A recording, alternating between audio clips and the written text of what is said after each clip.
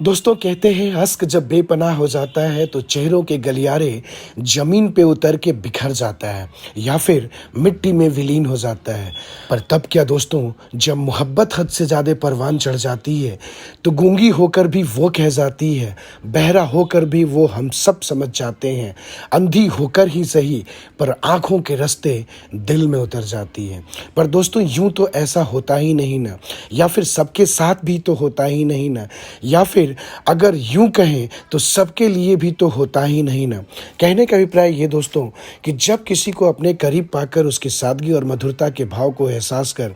होठ लाख बांधने के बावजूद भी कहने को तड़फड़ाने लगे, तुम सा नहीं देखा, ख्वाब हो या हो कोई हकीकत। जिसको सोचकर इंसान उसे समझने की कोशिश करने लगे, जिसको छूकर इंसान उसकी उपस्थिति का एहसास करने लगे, जिसके आने से पहले उसके कदमों की आहट को महसूस करने लगे,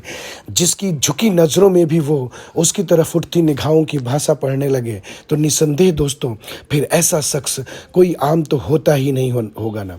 फिर तो उस शख्स की खातिर चर्चा सरेआम का होश रखवाना मुश्किल तो होता ही होगा ना दोस्तों। पर खुद की परवाह से ज़्यादा जो इश्क की आबरू की हिफाजत कर दे, सच्चा प्रेमी तो उसी का दूसरा नाम होता है ना दोस्तों।